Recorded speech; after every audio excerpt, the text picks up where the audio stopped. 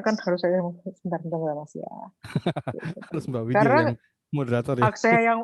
saya mengontak moderator dan nanti membuka agak ribet. Sebentar ya, saya coba. Baik, sebagai pengantar mungkin ya teman-teman semua, pengantar pembukaan. Assalamualaikum warahmatullahi wabarakatuh. Selamat datang, selamat bergabung dalam forum kemisan. Ini adalah forum kemisan yang ke-8 Mbak Nancy ya? Iya, ke-8 Mas. Ke-8. Tapi total pertemuan yang sudah diadakan sebetulnya 8 tambah 2, 10. Karena yang 2 itu adalah forum kemisan lanjutan. Forum kemisan lanjutan sebetulnya semacam anak dari forum kemisan, di mana kalau teman-teman ingin untuk mendalami satu topik, itu kita bisa minta narasumbernya memberikan sesi-sesi khusus ya yang dilakukan pada hari yang lain. Nah, kemarin itu kita buat forum kemisan lanjutan untuk sesinya Dr. Anto dari MSF atau Dokter Lintas Batas tentang sahabat tangkal COVID. Nah, sahabat tangkal COVID adalah intervensi perubahan perilaku yang dilakukan di komunitas dengan melatih atau menyiapkan kader-kader sebagai edukator di lapangan. Nah, untuk kesempatan kali ini kita masuk ke forum kemisan 8 yang bicara tentang sistem thinking ya. Itu dibantu banyak oleh Mbak Widya. Mbak Widya itu tim forum kemisan, tapi untuk sesi ini Mbak Wid yang mengatur, mencarikan narasumber, ngobrol dengan narasumbernya, atau kalau di forum komisan kita bilang giver ya. Dan Mbak Wid sendiri yang akan menjadi moderator nanti dalam sesi sore ini. Nah, selamat datang kepada teman-teman yang baru pertama kali bergabung dalam forum komisan. Moga-moga forum ini bisa menjadi tempat belajar kita bersama secara rutin. Buat yang pertama kali bergabung dengan forum kemisan, sekedar latar belakang saja. Forum kemisan ini adalah forum mingguan ya via Zoom yang bertujuan untuk sharing sebetulnya. Sharing pengalaman-pengalaman intervensi perubahan perilaku di sektor apapun. Kayak kemarin Bu Ami kemarin kita bicara berbagai intervensi hasil inovasi puskesmas ya. Ada TBC atau TB, tuberkulosis, ada tentang tanaman, ada juga tentang rokok. Nah, sebetulnya ya intervensi-intervensi itu kita pelajari dalam rangka mencari masukan untuk intervensi perubahan perilaku di bidang COVID-19 ya. Mbak Wid, tampaknya Pak Teten sudah bergabung. Selamat datang, Pak Teten. Selamat sore, Pak. Terima kasih, Pak Risang. Oke, terima kasih. Salam kenal juga ya. Terima kasih sudah bersedia menjadi giver dalam sesi kita sore hari ini. Nah, tanpa berpanjang lebar, saya berikan roomnya kepada Mbak Wid untuk membantu proses percakapan ngobrol-ngobrol sore hari ini. Silakan Mbak Wid. Terima kasih Mas Risang, udah dibuka dan saya langsung saja mulai. Sebenarnya kalau dibilang dari mana sih idenya, kenapa harus system thinking gitu kan? Karena agak greget juga kita berusaha mencari strategi perubahan perilaku dalam COVID ini nih, mana sih yang bisa oke gitu, yang bisa benar gitu kan. Karena kalau kita lihat ini nih udah berapa ya, 8 bulan kah kita merespons COVID ini, tapi masih pada bandel, nggak pada pakai masker, terus kemudian juga masih kumpul-kumpul gitu kan. Nah, dan terus ada banyak berbagai pesan yang serabutan itu yang beredar, sehingga perubahan perilaku, strategi untuk perubahan perilaku nggak bisa, intervensi untuk perubahan perilaku nggak bisa efektif ya. Terus kemudian ini kayaknya mungkin apa karena kita berpikir terlalu linier, terus akhirnya kemudian muncul, ayo coba kita gali apakah ada cara berpikir yang lebih holistik gitu. Kalau orang Jawa dulu atau orang Jawa dulu bilang ini ilmu titan gitu ya. Bagaimana kita bisa mengamati sekitar kita secara lebih holistik, secara lebih sistematis. Nah, kebetulan di masa sekarang disebut sebagai system thinking gitu. Nah, kebetulan kita sudah ada Pak Teten Afianto di sini. Pak Teten itu sudah malang melintang memang dalam dalam system thinking. Dia sih mengakunya sebagai pembelajar system thinking sejak 1998. Tapi kan bayangin guys, ya 1998 sudah belajar system thinking, sementara kita masih memakai banyak pendekatan yang lain seperti itu. Nah, kemudian di sini juga kita akan diajak nanti kalau Pak Teten akan menjelaskan bagaimana system thinking itu. Semoga teman-teman sudah menonton 3 YouTube yang disampaikan di undangan, karena itu akan membantu untuk mengajak kita memahami system thinking yang akan dijelaskan oleh Pak Teten. Nanti selanjutnya Mbak Abi akan mencoba melihat bagaimana itu bisa diaplikasikan sih dalam intervensi perubahan perilaku untuk COVID-19 saat ini begitu. Tanpa berpanjang lagi, saya langsung ajak ke Pak Teten. Kalau Pak Teten ini nggak perlu diperkenalkan lagi karena kalau di Google gitu kan udah keluar banyak profilnya begitu, termasuk sampai ke YouTube-nya. Terima kasih Pak sudah bersedia ya Pak ya. Sama-sama, terima kasih atas kepercayaannya. Baik Pak, monggo silakan Pak. Oh langsung saja. Baik, terima kasih. Bismillahirrahmanirrahim. Assalamualaikum warahmatullahi wabarakatuh. Selamat sore Bapak dan Ibu. Ya, salam sejahtera untuk kita semua. Terima kasih atas kepercayaannya kepada Mbak Widya. Ya, teman-teman, saya mohon izin menyampaikan sistem thinking yang barangkali yang telah saya pelajari ini ada manfaatnya untuk Bapak dan Ibu. Sebagian ada yang saya lihat namanya sudah pernah saya ketemu, sebagian juga teman-teman ini salam jumpa lagi dengan saya. Begitu teman-teman sekalian, izinkan saya untuk menyampaikan langsung barangkali ininya saya share screen. Teman-teman saya mohon izin langsung. Ini sistem thinking ini Mbak Widya, ini kalau di studi pembangunan ITB itu barangkali 1 semester ya, di SBM kira-kira 1 semester gitu. Sebenarnya biasanya kalau saya sampai diciutkan gitu ya 3 jam lah nyampe, barangkali ini saya juga ada kemudian diciutkan lagi nih. Jadi berapa menit ya Mbak ya. Tapi kita berusaha untuk menyampaikan keseluruhan secara komprehensif dengan waktu yang sesingkat-singkatnya. Oleh karena itu Bapak dan Ibu, saya ke panitia, boleh nggak diminta barangkali bahannya dilihat dulu, kebetulan di YouTube saya ada gitu. Makanya disampaikan seperti itu. Jadi saya mohon maaf menyampaikan ini didahului dan ada prerequisite seperti gitu ya. Baik teman-teman, Bapak dan Ibu sekalian, saya akan menyampaikan materi sistem thinking, sistem dynamics ini dalam kaitannya dengan COVID-19, perubahan perilakunya.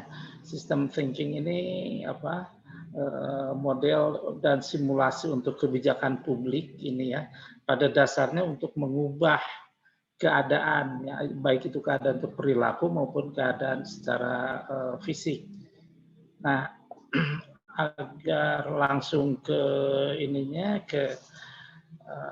untuk mempersingkat, saya kira langsung saya ke contoh Bapak dan Ibu.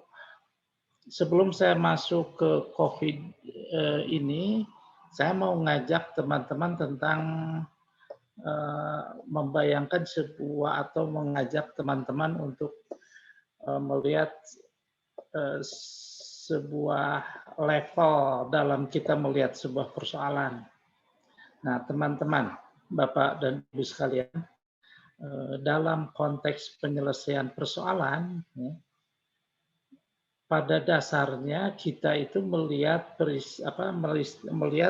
sebuah level, melihat persoalan itu dalam 3 level. Itu peristiwa, pola, dan struktur.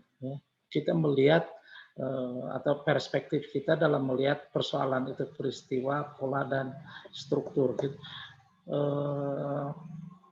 dalam keputusan sehari-hari kita lebih mudah melihat sesuatu itu dalam persoalan itu dalam bentuk peristiwa atau satu kejadian gitu ya. Nah, kalau dalam bentuk kejadian tentu saja keputusannya akan berbeda, perilaku kita menghadapi persoalan dalam perspektif keputusan. Ini misalnya gini, kalau suatu ketika kita ada banjir sebagai sebuah peristiwa direspons oleh katakanlah seorang atau seorang wali kota, misalnya gitu lah, biar menukik di Bandung ini misalnya terjadi banjir atau di tempat Bapak dan Ibu banjir gitu. Nah, kemudian siapapun wali kotanya atau siapapun gubernurnya, siapapun pengambil keputusan tempat itu, saya kira hampir sama. Peristiwa banjir itu direspons dengan segera secepatnya dengan mengirimkan perahu karet, tenda, makanan cepat saji, Indomie dan lain-lain. Semakin cepat semakin baik. Itu sebuah persoalan ya, dilihat dalam perspektif peristiwa, gitu kan. Oke. Semakin cepat semakin baik. Jadi respons cepat. Ketika kita akan lebih ke dalam, oke.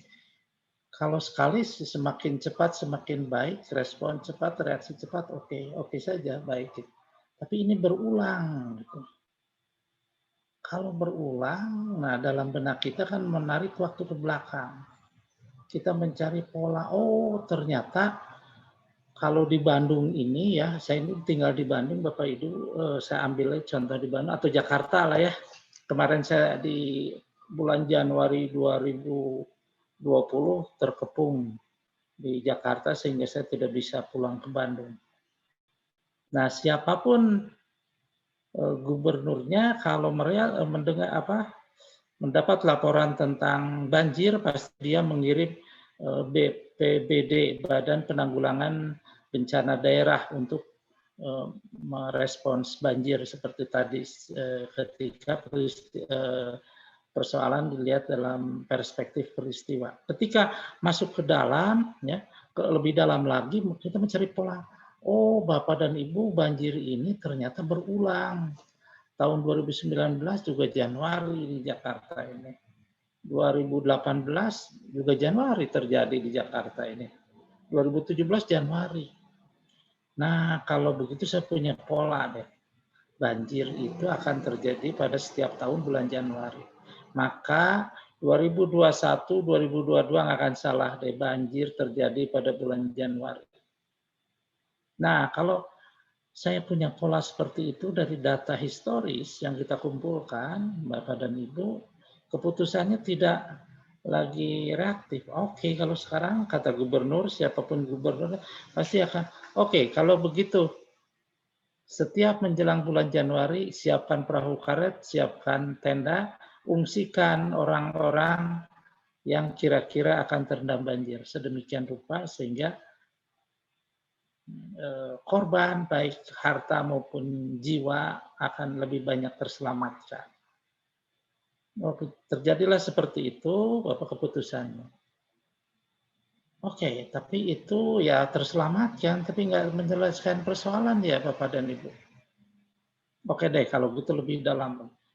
Lebih dalam saya akan mikir level ke lebih dalam ini, selevel struktur Bapak dan Ibu. Mengapa itu banjir di Jakarta? Saya pindahin kasusnya ke Jakarta ya, teman-teman. Mengapa banjir di Jakarta terjadi dan berulang setiap tahun?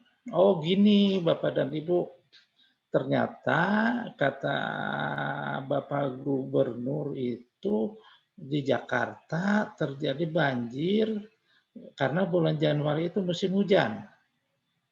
Kemudian air datang dari atas hujan, kemudian kiriman juga dari Bogor, datang dari yang lebih hulu maksudnya, datang. lewat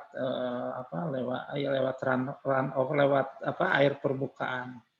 Sedangkan harusnya air yang di Jakarta itu mengalir deras lewat saluran drainase, tetapi saluran drainase ini tertutup sampah dan sempadan sungainya menyempit karena bangunan liar. Oh, kalau gitu keputusan saya bukan lagi menyiapkan perahu karet dan bahan-bahan makanan untuk setiap menjelang Januari. Kalau gitu saya akan membersihkan sampah dan membuat peraturan tidak boleh ada lagi bangunan liar di sempadan sungai. Bapak dan Ibu, dengan demikian jika keputusan ini dalam perspektif struktur, keputusannya tidak lagi menyiapkan itu kan bahan makanan, tapi akan bersifat kreatif atau mengambil keputusan sedemikian rupa tahun depan ketika musim banjir tidak ada, ketika musim hujan tidak ada lagi banjir. Mengapa? Karena saluran drainase sudah bersih dari sampah dan bangunan liar. Nah, Bapak dan Ibu, Mbak Widya, dari 3 level ini mana yang lebih punya power untuk mengubah keadaan? Struktur bukan? Struktur. Ketika kita atas peristiwa kita reaktif, terhadap pola kita prediktif, adaptif, antisipatif. Tapi ketika kita memahami strukturnya, atau ini kemudian saya akan buka, ini struktur kesistemannya, ya, kesisteman. Saya tidak atau hubungan timbal balik yang membentuk sistem persoalan, bukan sistem persoalan yang munculkan persoalan itu struktur. Nah, semakin bawah semakin punya daya ungkit.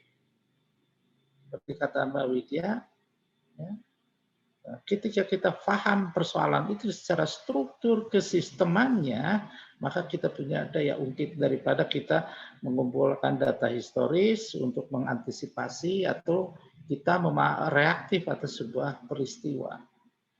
Oke, kalau Mbak Widya setuju bahwa struktur akan lebih powerful untuk mengubah keadaan masa depan, maka selamat datang di Berpikir Struktur. Udah kebayangkan kira-kira mau dari sini apa yang akan keputusan yang akan kita ambil ketika kita akan mengubah sebuah keadaan. Baik, saya akan mengulang tadi ya. Tapi sebelumnya level ini, peristiwa dan pola ini adalah sebuah fenomena atau fenomena itu gejala atau sesuatu yang dapat kita rasakan, kita lihat, kita cium, kita raba, kita rasakan, kita indra. Ini pola peristiwa. Di bawah ini adalah yang memunculkan fenomena ini. Ya. Ini fenomena, ini strukturnya yang memunculkan fenomena itu, struktur itu ya. Jadi yang memunculkan fenomena ini adalah struktur kesistemannya. Kalau gitu, baik. Dari cerita yang tadi masih ingat ya. Nah, ini adalah keputusan Bapak dan Ibu, teman-teman sekalian, ini ada keputusan ini untuk desain kebijakan, untuk mengubah keadaan. Untuk desain kebijakan, barangkali untuk mengubah keadaan nanti kita bicara diskusi. Ini untuk desain kebijakan tuh ini. Di sini ranahnya statistik untuk point prediction.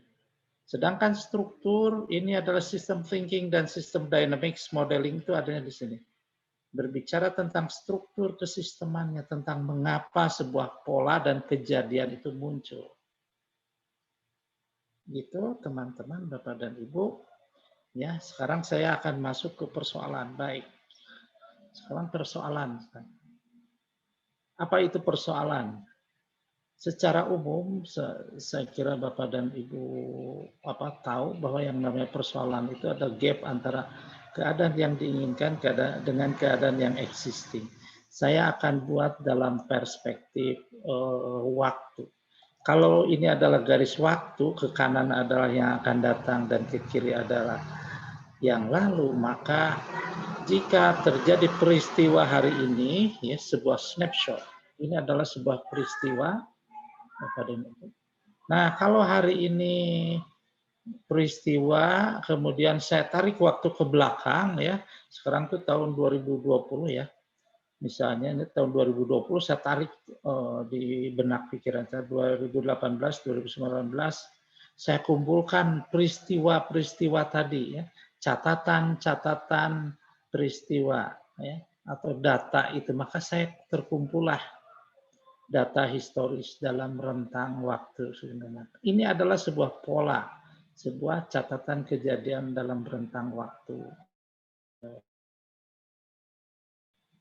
Apa yang bisa diperoleh dari sebuah data historis seperti ini? Kalau tadi kebetulan saya tentang banjir. Kalau banjir di Jakarta bulan Januari di tahun 2020, 2019 juga Januari, 2018 juga Januari, nggak jauh saya akan bisa memprediksi 2021, 2022 ada banjir. Pertanyaannya, Mbak Wida, apakah ini persoalan buat kita? Kalau tahun 2021 ada banjir?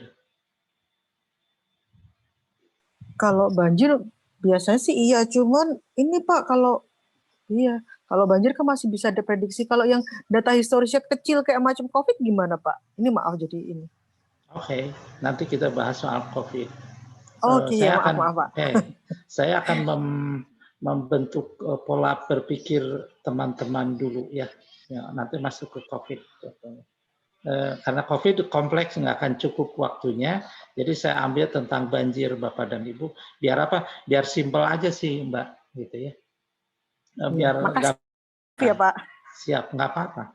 Nah, pertanyaannya Mbak Widya, kalau bulan Januari 2021 ada banjir, persoalan nggak?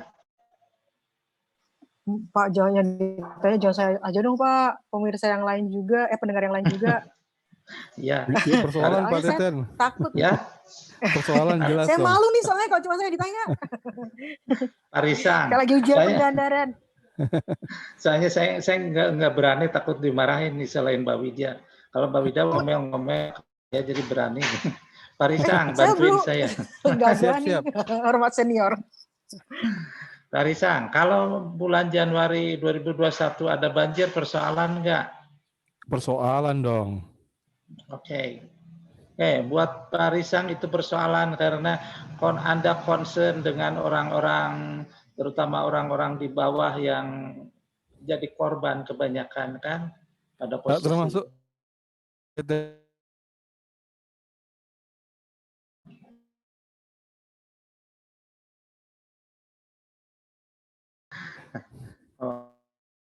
juga ya, saya pikir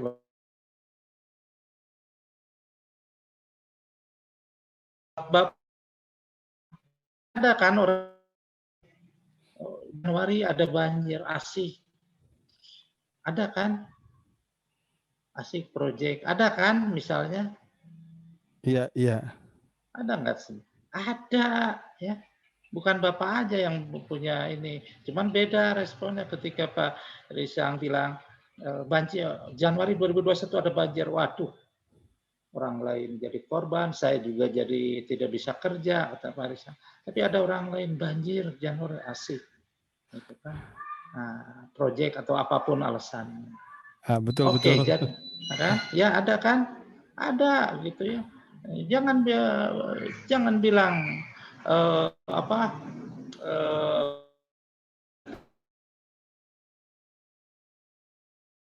begitu ya Bapak ya.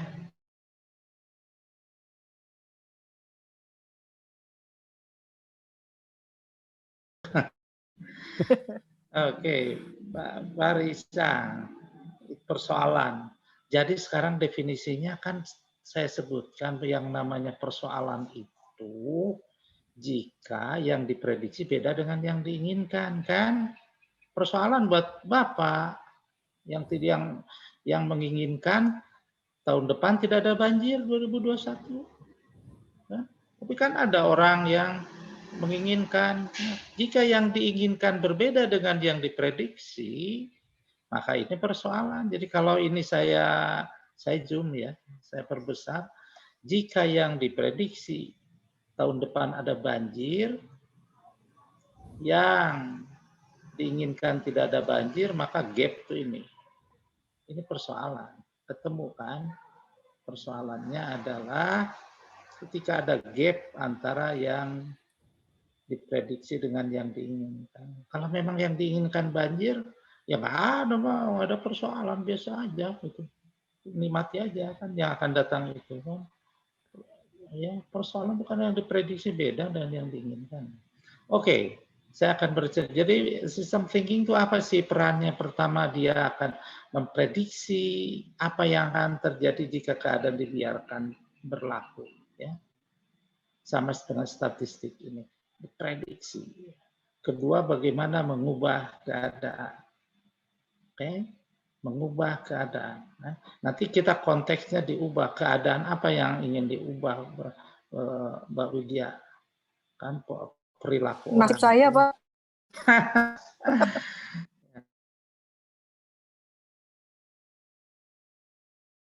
Takdir-takdir yang sudah berlalu gitu ya. Wah, ini serem. Nah, bagaimana mengubah keadaan yang akan datang? Untuk itu maka kita harus tahu mengapa data historisnya seperti ini. Saya kembalikan, mengapa data historis muncul seperti ini. Ya. Mengapa data historis muncul seperti itu? Kita harus tahu apanya, Pak Risa, Bu, Mbak Widya. Iya, Pak. Untuk tahu mengapa ini, kan kita untuk bisa menjawab bagaimana mengubah keadaan, kan? Pertama kan fungsi system thinking itu memprediksi keadaan jika dibiarkan sebagaimana apa adanya seperti sekarang. Kemudian, dan ini yang utama adalah bagaimana mengubah keadaan. Untuk tahu jawaban bagaimana mengubah, dan ini tujuan utama kita adalah kita harus tahu pertama kali ada mengapa pola historisnya seperti ini. Tahu apa pola historis seperti ini, maka kita harus tahu yang memunculkan pola dan struktur tadi apa? Pak Risang, Mbak Widya, Bu Aminatul Rofiah, saya bacain namanya. Ya. Iya, Bu Rofiah itu. Masih menyimak, Pak. Belum begitu paham. Siap. Maaf, saya menyebut nama itu karena ada yang ada di ini saya aja. Tadi Bu Risa tuh yang menjawab di chat itu, Pak. Oh gitu ya. Saya belum lihat chatnya Bapak dan Ibu. Nggak apa-apa, saya bantu liatin, Pak. Bapak ya. itu kesini. Ya. Oke, jawabnya apa? Baik. Untuk yang memunculkan pola dan peristiwa tadi kan di piramid tadi, masih ingat nggak? Iya, yang struktur itu, Pak. Struktur yang memunculkan pola dan peristiwa itu kan. Ya. Jadi untuk bisa mengubah keadaan yang akan datang harus tahu strukturnya. Gitu loh. Tadi kita tahu, tadi setuju bahwa struktur itu mengubah keadaan dan dia punya power untuk mengubah keadaan. Oke, setuju? Bungkus? Bungkus, Pak. Bungkus, Pak, siap, Pak. Karet 2, Pak. Karet 2, tandanya pedes.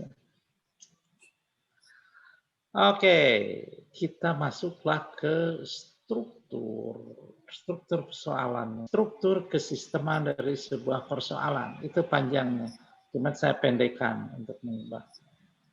Nah, historical data itu bisa macam-macam, Bapak dan Ibu, ya.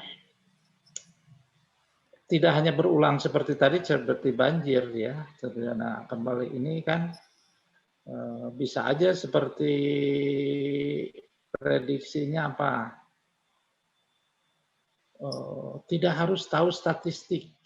Nenek moyang kita jauh dari pengetahuan statistik, mereka sudah tahu kapan menanam, kapan musim akan berubah, ya, kapan akan panen, kapan akan mulai menanam.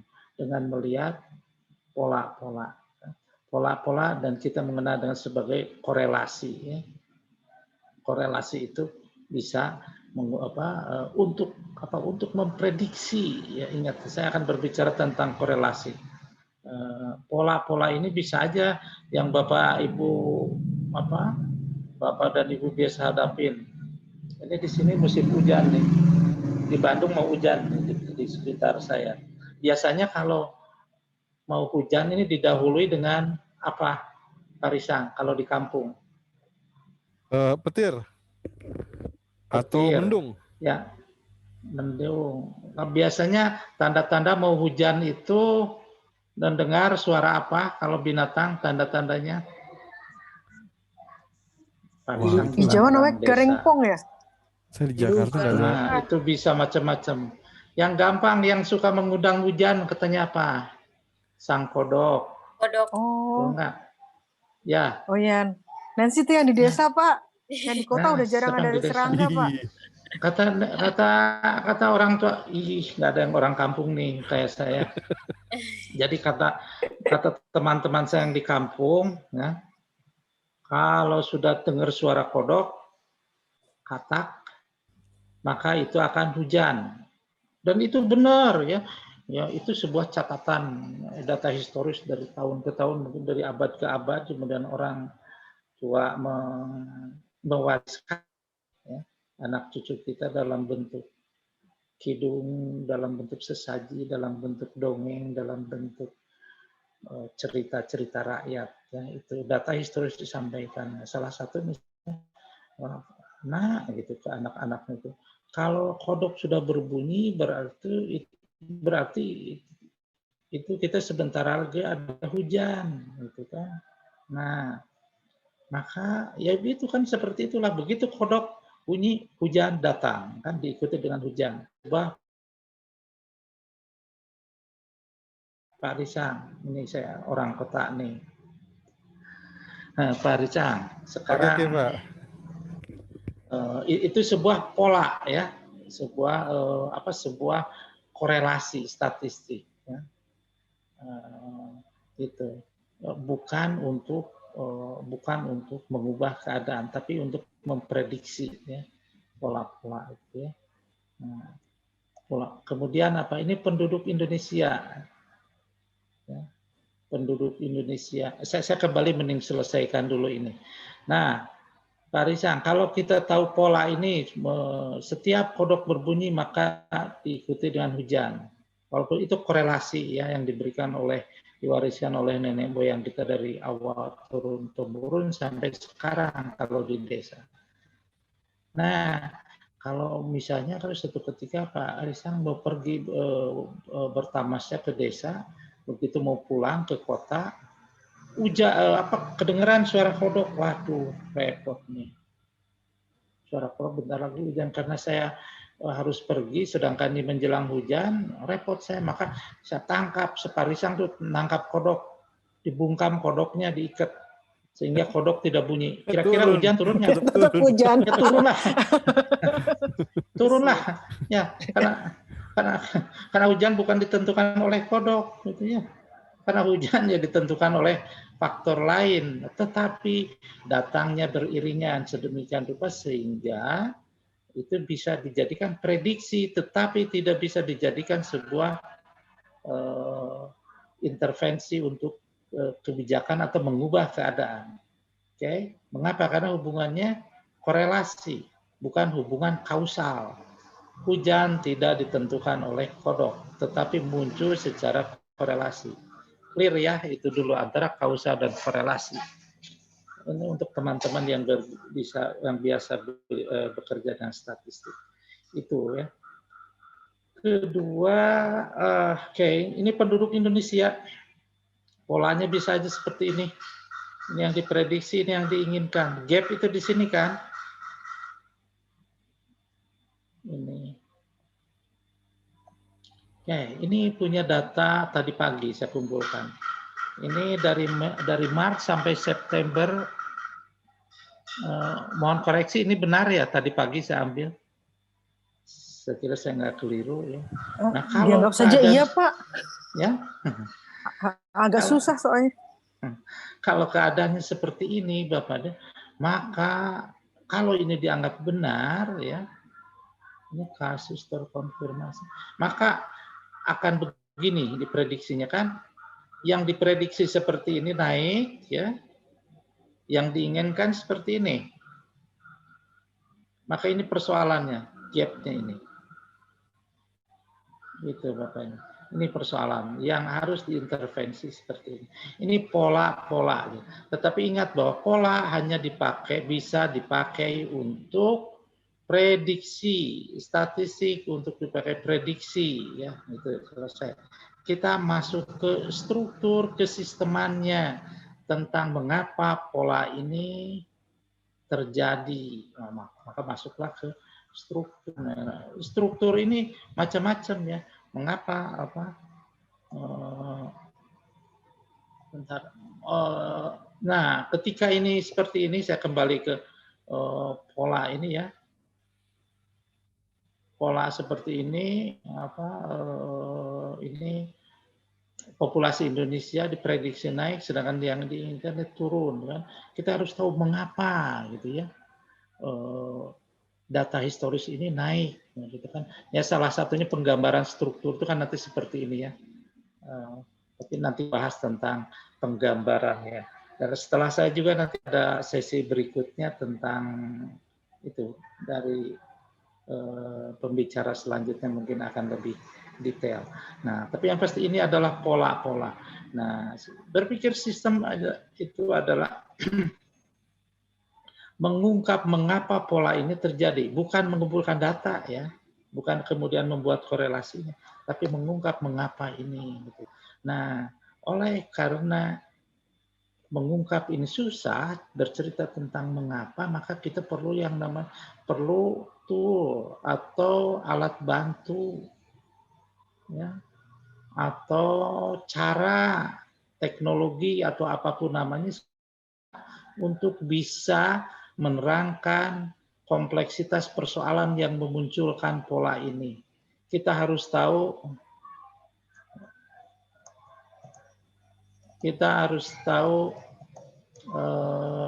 sebentar. Loncat.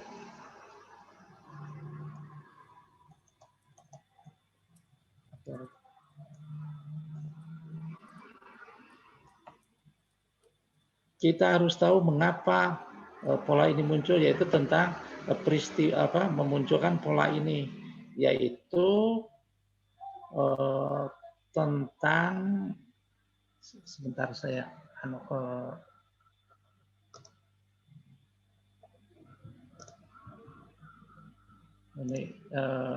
saya loncat.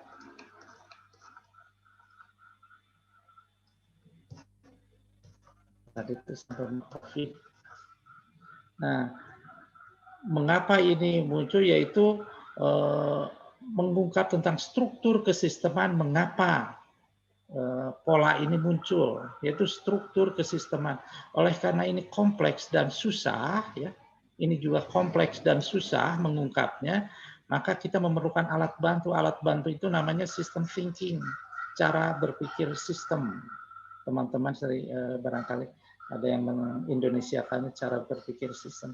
Itu system thinking. Jadi system thinking itu sebuah tools ya, Mbak Widya, Pak Risang, Pak Sabdin, sebuah tools, salah satu tools. Jadi sebuah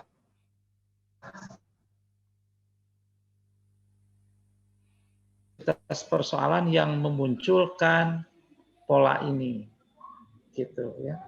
Nah, jadi mengapa penduduk seperti ini naik? Oh gini, karena populasi naik itu karena bertambah karena kelahiran, berkurang karena kematian dan lain-lain. Ini ada penggambaran struktur. Nah, karena kompleksnya itu, maka kita memerlukan alat atau model. Nah, kita mengenal dengan sistem thinking dan sistem dynamics modeling. Ya. Sistem dynamics modeling itu untuk menggambarkan dan sekaligus mensimulasikannya. Nanti saya perlihatkan cara yang contoh sederhana. dan menggambarkannya kompleksitas itu tanpa mengurangi atau tanpa menyederhanakan hal yang kompleks itu. Jadi kalau persoalan kompleks, ya harus dipahami bahwa itu kompleks, nggak usah disederhanakan. Ya, tugas kita bukan menyederhanakan persoalan yang kompleks, tapi bagaimana persoalan yang kompleks itu dengan mudah kita pahami sedemikian rupa sehingga intervensinya, solusinya persoalan kompleks itu dengan mudah gitu loh, jadi clear gitu. Jadi jangan dipotong-potong, disederhanakan. Itu Bapak dan Ibu ya. Nah, dalam sistem ini penggambaran kompleksitas persoalan itu punya dua tools, yaitu dengan causal loop diagram dan stock flow diagram yang kemudian nanti bisa masuk komputer ya, pakai dengan bantuan software, ada 5 jenis software kemudian bisa disimulasikan ya. Nah, ini adalah berbicara kita tentang struktur. Nah, struktur ini sendiri ya masuk ke kita sebagai kita memahami struktur untuk mengubah keadaan yang akan datang, bukan sekarang ya, yang akan datang, bukan sekarang. Jadi perlu waktu ini. Jadi kalau sekarang persoalan ya nikmati aja gitu ya, gimana lagi, sudah sedang terjadi. Tapi kita harus menghadap keadaan yang akan datang. Oleh karena itu sistem thinking untuk policy design, untuk mengintervensi atau membuat kebijakan intervensi sistem. Baik, itu berpikir struktur. Saya akan masuk ke berpikir sistemnya. Bapak dan Ibu, tentang definisi sistem, saya kira saya tidak perlu mengulang. Saya anggap Bapak dan Ibu sudah tahu. Ya. Nah, tapi yang pasti berpikir sistem itu begini. Melihat persoalan itu, seperti tadi saya katakan, harus melihat sesuatu yang kausal. Menggambarkan persoalan munculnya sebuah pola itu kita ada sebuah rangkaian hubungan kausal. Bukan kausal itu sendiri, kausal bukan korelasi ya. Tadi bedanya sudah saya terangkan, atau kausal atau korelasi. Nah, sekarang berpikir sistem sendiri melihat hubungan kausal itu ya. Berpikir kausal itu ada dua macam, ada yang linier, ada berpikir ada yang sistem. Oke, saya kira tidak perlu membahas terlalu panjang, tapi saya langsung ke contoh soal. Contoh soal ini nggak usah dicatat Bapak dan Ibu, teman-teman sekalian, sudah ada di video YouTube barangkali teman-teman yang sudah melihat video buatan saya tahu ini, saya ulang saja. Seandainya overpopulation ini sebuah persoalan dan harus diselesaikan, maka otomatis dalam benak kita bahwa overpopulation itu akar persoalannya apa sih? Misalnya kemiskinan, oke deh, kemiskinan, anggaplah setuju ya. Kemiskinan menyebabkan overpopulation, ya. Terus apalagi kurang pendidikan, ya. Setuju. Kurang informasi tentang KB, setuju. Kira-kira apalagi kalau di Jawa itu banyak anak, banyak rezeki, ya, dan lain-lain. Nah, sedemikian rupa sehingga jika ini persoalan dan ini akar persoalannya, maka jika kita menyelesaikan akar persoalannya, otomatis persoalan ini bisa teratasi. Itu berpikir linier. Bagaimana kalau berpikir sistem? Begini, ini overpopulation penyebabnya apa sih? Kemiskinan, apalagi kurang pendidikan, setuju. Tapi jangan lupa bahwa overpopulation penyebab kemiskinan menyebabkan kurang pendidikan menyebabkan kemiskinan. Itu Bapak dan Ibu. Jadi Pak Arisang, mana yang lebih setuju, yang sistem atau yang linier? Secara ideal sih yang sistem ya, Pak Teten ya. Kalau secara keprodikan yang linear ya. Tapi lebih simpel yang linear. Secara proyek, Pak. Secara proyek ya. Baik, nah Bapak dan Ibu, kalau seperti ini, kalau Bapak dan Ibu setuju dengan ini, ya, maka selamat datang di berpikir sistem thinking, cara Anda melihat persoalan dalam perspektif sistem. Itu teman-teman. Bapak dan Ibu, ya. Nah, seperti mengapa kita harus berpikir sistem? Ya karena hidup kita ini tidak linear, gitu kan. Ini memang ini agak berbeda saya dengan para motivator nih kayaknya. Jadi kadang-kadang kan kita nih upaya itu tidak linear dengan hasil. Kan sering orang ngedumel biasanya ke juniornya, D atau Na, di dunia nyata ini atau di dunia kerja ini, kan, kehidupan ini tidak 2 tambah 2 sama dengan 4. 2 tambah 2 sama dengan 6. Kenapa, Pak, Bu? Saya aja katanya kerja banting tulang hasilnya segini. Tetangga saya santai-santai hasilnya seperti itu. Nah, itu kan. Ya kehidupan seperti ini. Sebenarnya sesungguhnya hubungan hubungan kausal ada, cuman banyak hal yang kita tidak pahami karena persoalan ini kompleks dan seringkali kita tidak bisa otomatis paham keseluruhannya. Oleh karena itu kita memerlukan sistem thinking, ya. Nah, bayangkan aja Bapak dan Ibu, kalau Pak Risang punya anak kecil saya punya anak kecil, 1 orang penakut, Pak Risang punya anak kecil penakut anaknya. Bu Widya punya anak kecil, seorang penakut. Kalau kita jumlahkan, disatukan, akan jadi 3 orang anak penakut, kan? Tidak. Ketika kita disatukan, kita punya 3 orang anak pemberani. Mengapa? Karena ketika anak penakut itu berkumpul, dia akan saling berinteraksi dan membentuk satu performance tersendiri, ya, satu kesatuan sistem yang performance-nya beda, ya, dengan penjumlahannya. Dia akan menjadi 3 orang anak pemberani kalau bertiga, ya. Karena dalam sistem itu bukan penjumlahan dari elemennya. Ya, demikian juga ketika Mbak Widya mengumpulkan orang-orang berprestasi, profesor A, B, C disatukan, mereka ahli dalam bidang masing-masing, kumpulkan. Kemudian berharap ada sebuah karya besar, tentu susah, yang muncul bisa 0 karyanya. Karena apa? Di antara mereka bisa saling meniadakan. Itu adalah ya itu fenomena sistem seperti itu. Misalnya, ya. Nah, kalau kita struktur COVID, ya mulai saya masuk ke COVID. Bagaimana misalnya struktur COVID itu, ya bisa aja misalnya ada teman-teman, mengapa COVID muncul? Karena banyak orang berkumpul. Setiap orang berkumpul, maka muncullah COVID. Nah, itu kan sebuah pola-pola yang korelasi. Ya. Nah, kemudian kita harus lihat strukturnya misalnya.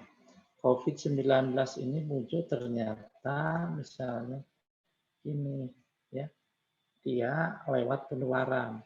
Ada orang sehat, kemudian ada penularan, ada orang terinfeksi. Penularan ini mengurangi orang sehat dan menambah orang terinfeksi. Ini bagaimana sebuah cerita COVID saya buat dalam causal loop diagram ini. Penularan seperti ini, penularannya selain penularan ditentukan oleh daya tular, seberapa daya tularnya satu orang yang terinfeksi bisa menulari. Penularan ini tentu saja ditentukan oleh kontak antara orang sehat dengan yang terinfeksi. Gitu. Nah, kontak ini ditentukan oleh apa? Pertama oleh persentase orang sehat, ya, yang ditentukan oleh orang sehat dan terinfeksi. Nah, orang terinfeksi ini kan berinteraksi. Nah, menentukanlah kontak antara orang sehat dan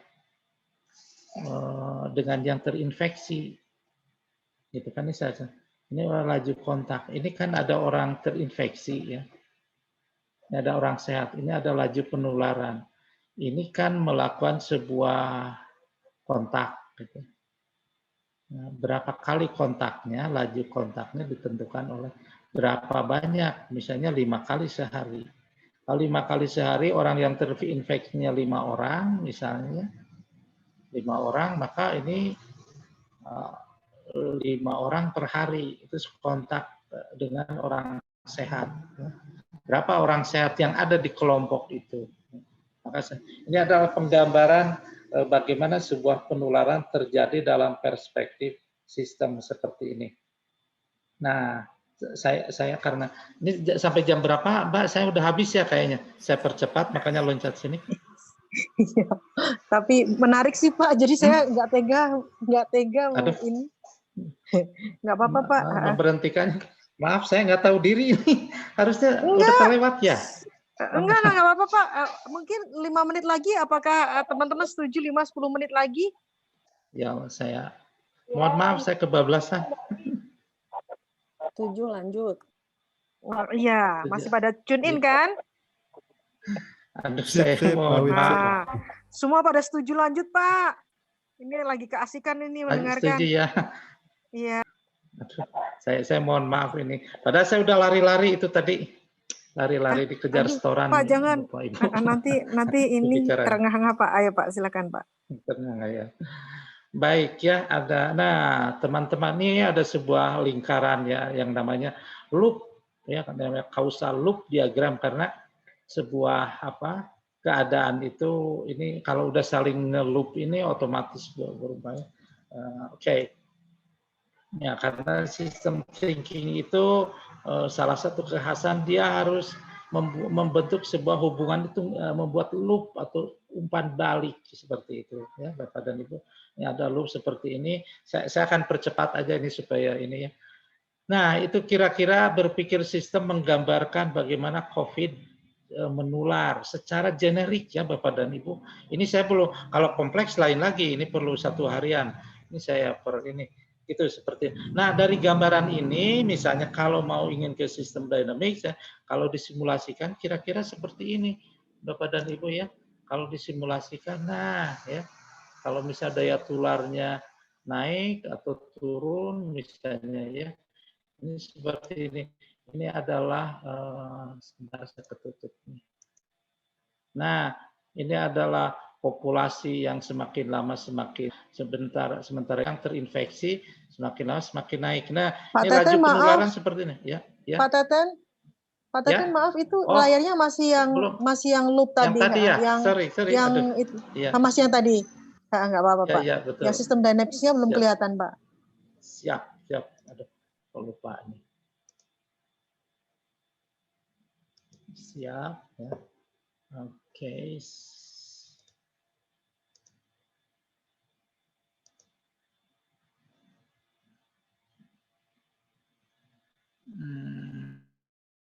Sebentar. Nah, kelihatan ya, Mbak ya, udah muncul ya. Nah, sudah muncul tadi, Pak. Oke. Nanti yang digambarkan dengan causal loop diagram ini digambarkan oleh stock loop diagram, misalnya contoh. Ini yang sederhananya ya, ibu-ibu, bapak-bapak, teman-teman sekalian, yang simpelnya biar ini aja sederhana, biar cepat ya. Kira-kira seperti ini kalau disimulasikan, misalnya ini saya ngarang aja diisi ya. Kira-kira seperti ini ya. Nah, ini populasi semakin lama, ini hari ke sekian 280 ya. Ya, populasi makin lama makin turun, populasi sehat. Ini populasi terinfeksi semakin lama semakin naik ya. Ini sekitar ini populasinya 250 juta saya buat ya. Nah, ini penularan yang muncul seperti naik, kemudian dia akan turun. Semua terinfeksi ya. Ini belum banyak. Kira-kira kalau yang tadi itu disimulasikan ya, seperti ini kira-kira ya. Kalau penularannya turun naik ya, kalau laju kontak dikurangi gitu gimana ya. Gitu ya. Nah, ini ya, baik teman-teman, kira-kira itu saya ini kepanjangan menerangkannya terlalu asik. Mbak Widya, teman-teman sekalian, Pak Risang, teman-teman, saya sampaikan begitu dulu sementara. Saya mohon maaf untuk pembicara selanjutnya habis sama saya. Nggak apa-apa Pak, ini menarik sekali. Jadi mungkin kita masih jadi kayak agak suspense gitu, karena terus habis itu kesimpulannya gimana itu Pak? Kalau yang tadi kita tadi kan dibilang bahwa kalau misalnya dari laju penularannya, maka laju penularannya akan naik, sementara terus itu kira-kira akan intervensinya masuk dari mana, Pak? Itu lama ya, Pak, ya menjelaskannya ya, Pak ya? Agak lama. Misalnya kalau yang agak kompleksnya, contoh ini, sebentar. Ini yang kompleksnya yang dibuat dengan PowerShell, kira-kira seperti ini kok kompleksitas persoalannya gitu kan ya. Ini gitu kan. Ini ya. Nanti jadi ini bisa minta tolong di-share, Pak, supaya bisa share kompleksitasnya. Nah, ini belum selesai Bapak dan Ibu teman-teman. Nanti saya buat disampaikan ini udah ada di YouTube ya. Nah, nanti saya ini sendiri koreksi dari yang sudah ada di YouTube belum selesai karena ternyata pengertian saya tentang OTG, tentang apa itu nggak sesuai dengan yang saya pikirkan ketika membuat itu semua. Gitu. Nanti saya sampaikan di YouTube sekaligus. Pak, ada permintaan Pak, minta tolong dijelaskan sedikit yang kompleks tadi Pak. Oh, yang tadi katanya waktunya udah habis. Saya udah terbirit-birit ini.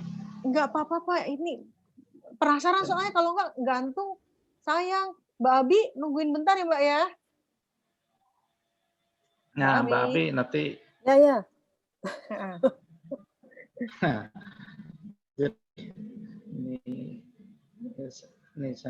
Ini misalnya gini, yang saya gambarkan ya, ini populasi yang relatif aman yang ada di pelosok negeri ya, kan tidak semua punya potensi.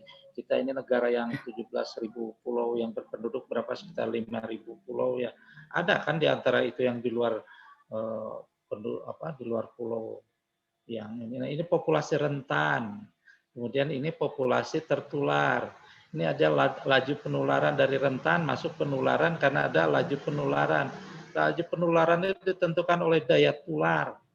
Berapa satu orang yang terinfeksi bisa menularkan ya. Kemudian ini ditentukan laju penularan selain dari daya tular itu juga ditentukan oleh kontak antara populasi sehat dengan populasi sakit. Penularan lebih kompleks.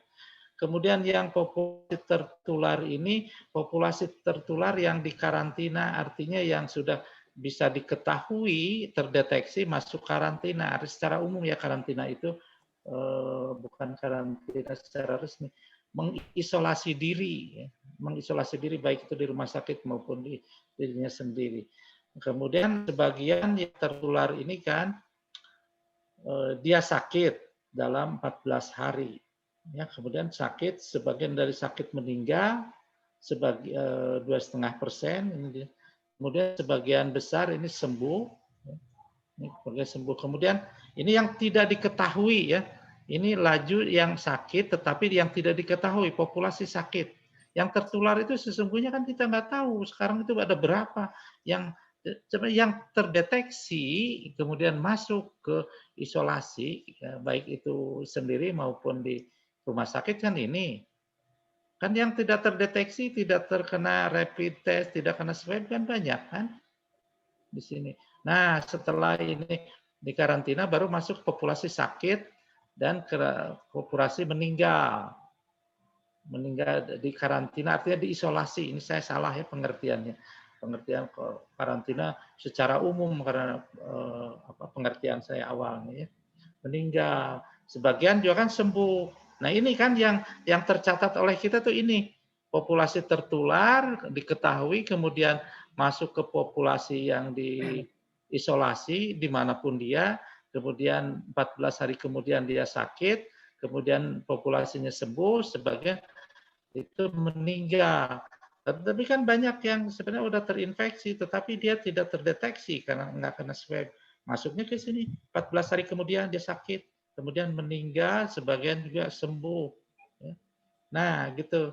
Jadi, ya, nah kira-kira itu. Nah, ini juga tertularnya ada tertular karena yang terinfeksi, ada karena orang sehat ketemu dengan orang tertular yang tidak diketahui atau yang sudah terkena yang sakit. Nah, dengan asumsi bahwa yang di sini yang mengisolasi diri tidak menularkan lagi. Tentu saja ini sangat debatable ya. Benar nggak yang dia diketahui udah gitu. Jadi intervensinya bisa macam-macam ya. Nah ini hasil simulasi ini misalnya ini dengan asumsi-asumsi. Nah, bagaimana kalau nah ini adalah bagaimana kalau populasi ini dengan asumsi bahwa ini setelah terjadi lockdown setengah gitu kan. Gimana kalau lockdownnya seperti ini gitu kan.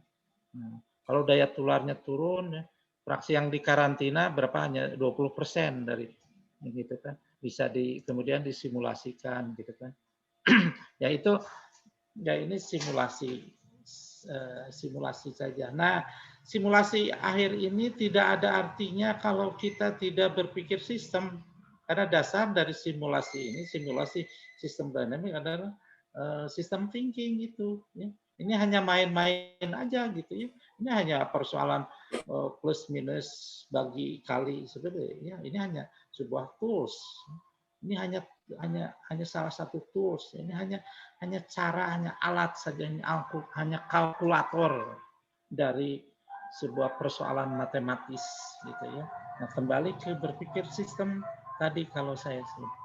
Gitu, Mbak, kira-kira ya. Habis tuh waktu sama saya. Terima kasih Pak. Ini kayaknya kita masih butuh satu sesi lagi nih supaya bisa menjelaskan. Memang di awal Pak Tata sudah bilang paling nggak butuh 3 jam Mbak untuk menjelaskan seperti itu. Saya jadi minta maaf ini mengambil waktunya gitu. Ini sebentar saya sambil baca chatnya. Berarti sistemnya ini ada yang nanya apakah sistemnya ini tergantung dari pengetahuan dan pemahaman kita Pak ya? Oke, ya. Oke, jawabannya untuk semua orang sekaligus. Nah, sebentar sebelum saya menjawab, saya minta izin beberapa detik nyalakan lampu. Sebentar. Oh, silakan Pak. Baik teman-teman sambil menunggu Pak Teten untuk menjawab itu. Jadi kalau tadi saya mencoba minta ini, jadi kalau saya tadi mencoba menjelaskan, merangkum apa yang dikatakan Pak Teten kan sudah berusaha menjelaskan bahwa kita tidak berpikir linear ya, tapi lebih secara kompleks sistemnya itu. Lalu kemudian dari situ kita harus lebih melihatnya bagaimana jangan kita mengadres hanya ininya aja ya Pak ya, kayak gejalanya aja kayak tadi kita membungkam kodok, tapi benar-benar kita mengantisipasi apa yang menjadi persoalannya itu begitu Pak ya. Nah, oke, sorry. Sambil menunggu Bapak. Terus jawabannya Pak gimana Pak? Apakah tergantung jawabannya pada adalah ya, betul. Yang saya sampaikan ini adalah sebuah pemodelan. Pemodelan itu sama dengan seperti halnya melukis ya. Memodelkan itu adalah melukis dunia nyata. Yang pertama kita yang ingin lukiskan itu adalah kita tahu apa yang akan dilukiskannya. Jadi realitasnya. Jadi kalau kita ingin memodelkan COVID-19, maka kita harus tahu persis dunia nyatanya, gitu ya. Nah, tetapi seringkali kita mengetahui sesuatu itu, ya, kita lihat sesuatu itu tidak yang real kelihatan. Nah, padahal yang ingin kita lukiskan itu sesuatu yang benar-benar ada, gitu. Jadi pertama kali pahami dulu persoalan dunia nyatanya, kemudian baru kita gambarkan, modelkan. Gitu. Jadi model ini tidak ada artinya kalau kita tidak tahu dunia nyatanya. Nah, persoalannya untuk apa sistem thinking? Nah, tapi seringkali dalam kita melihat persoalan itu sangat ditentukan yang ingin kita lihat. Sekarang ini terjadi Mbak Widya ya dalam kehidupan kita sehari-hari. Coba bayangkan bahwa yang kita lihat itu sangat ditentukan oleh apa yang ingin kita lihat ya. Misalnya ini maaf apa yang terjadi dalam dunia masyarakat kita yang terbelah secara politis ya. Kalau misalnya garis politik saya merah gitu ya, maka semua tokoh yang warnanya merah atau jangan merah, yang warnanya abu-abu, nggak apa-apa, merah itu tidak partai apapun ya. Sekarang yang warna politis Pak. Yang kira-kira netral warna apa ya? Oranye kuning, Pak. Oranye. Oranye. Ada ya? Oranye Persija. Pink Nah, atau pink? mestinya. Coklat. Oh, coklat ya. Coklat sama pink. Nah, Bening juga lucu, Pak. nah, kalau kita kalau aduh, bingung kalau kuning ada ini deh. Nah, kalau kita misalnya garis politik saya ini oranye gitu ya, Mbak Widya tidak oranye gitu ya, maka semua tokoh yang garis politiknya oranye ya, saya akan melihat bahwa dia benar aja. Ketika Mbak Widya mengatakan, si oranye itu ini loh, dia punya kesalahan anu-anu. Kata saya yang garis politiknya oranye, enggak, tokoh oranye saya itu melakukan itu karena anu-anu. Jadi kamu jangan anti, wah gitu. Nah, ya itu terjadi. Nah, sistem thinking membantu bagaimana sebuah persoalan itu dilihat apa adanya, bukan berharap, bukan terlihat apa yang kita harapkan ada gitu loh. Gitu, Bu, betul sekali jawabannya. Pak Teten, ya. Maaf ya, saya Ya. jadi harus memutus karena ini sudah nanti waktunya untuk Mbak Abi mepet sekali. Oke. Siap. Kebetulan Pak Teten juga tadi sudah mengantarkan sebenarnya ke apa diskusi yang akan disampaikan Mbak Abi. Jadi bagaimana kita bisa melihat realnya seperti apa sih? Sebetulnya kita bisa melihat itu melalui feedback yang ada gitu kan. Jadi bagaimana feedback yang kita dapatkan dari dunia nyata itu bisa membantu kita menangkap, mengcapture realnya seperti apa dan membantu kita melakukan adjustment atau melakukan pemodelan begitu ya. Gitu. Makasih banyak Pak Teten. Kita lanjut dulu ke Mbak Abi ya, nanti semoga masih ada waktu untuk tanya jawab. Oke. Terima Saya kasih standby Pak. di sini atau gimana? Iya Pak, tolong Pak. Ya. Oh ya. Terima kasih baik. ya Pak. Oke. Mbak Abi silakan Maaf Mbak Abi ya. Nggak apa-apa Pak Teten, asik banget sih. Saya juga karena lagi belajar, jadi seneng aja gitu ngikutin.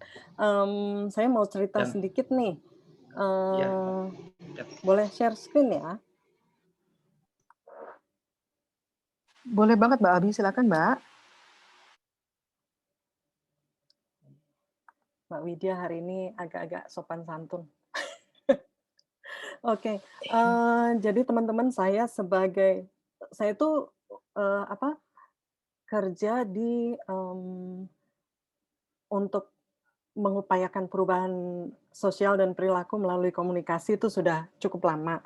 Dan selama 20 tahun kemarin itu dari tahun 2000-an sampai kemarin-kemarin ini gitu, andalan saya tuh ini. Kayaknya teman-teman juga pasti udah tahu nih, udah ini sekali ya, udah hafal sekali. Kalau kita mau menganalisis itu saya untuk melihat apa saja sih yang menjadi penyebab suatu perilaku gitu, kita memakai ecological system framework. Ini ditulis oleh Brown van Brenner tahun 79 yang sampai sekarang masih dipakai, meskipun Brown van Brenner sendiri sebetulnya sudah berubah menjadi proses person time gitu, dia punya teori baru, tapi ini tetap dipakai. Jadi seseorang itu yang di tengah itu, misalnya ini yang saya buat untuk program pemulihan orang dengan skizofrenia gitu ya. Yang di tengah itu kalau ada orang dengan skizofrenia itu dia perilakunya itu dipengaruhi oleh microsystem, itu orang-orang yang secara langsung berhubungan dengan dia. Kemudian mesosystem itu hubungan antar orang-orang di mikrosistem. Kemudian exosystem itu juga mempengaruhi. Jadi orang ini nested gitu ya. Sistem yang satu nested ke sistem yang lain yang lebih tinggi sampai ke makrosistem gitu. Nah, dari sini kelihatan sekali kalau sebetulnya semua komponen sistem itu saling mempengaruhi memang. Tapi di ini yang tadi di the ecological system theory itu kita nggak bisa melihat secara detail hubungannya seperti apa sih masing-masing komponen itu.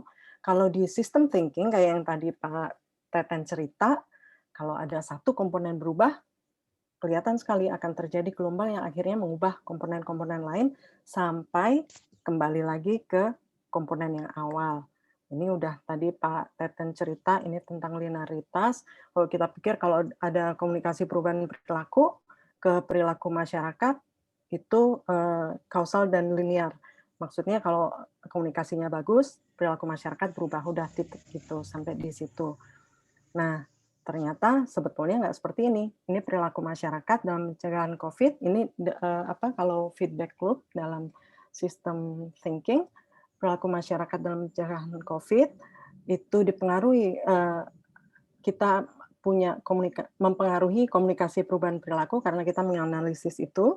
Kemudian setelah dari komunikasi perubahan perilaku pasti akan mempengaruhi perilaku masyarakat lagi, dan itu terus seperti looping gitu ya, bolak-balik. Nah, ini tadi udah dijelasin sama Pak Teten.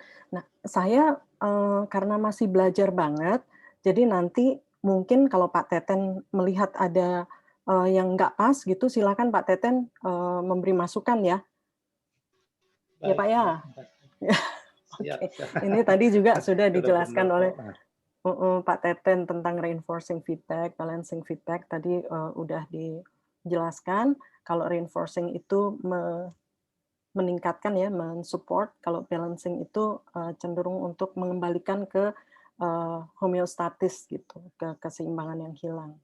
Nah, ini feedback loop juga, gelombang perubahan itu bisa kembali ke komponen yang mengawali perubahan. Misalnya tadi kita perilaku masyarakat, kita kasih kampanye, balik lagi ke perilaku masyarakat gitu. Nah, ini tadi juga sudah dijelaskan oleh Pak Teten, ada mental model. Jadi ini tergantung pada persepsi kita terhadap hasil aksi.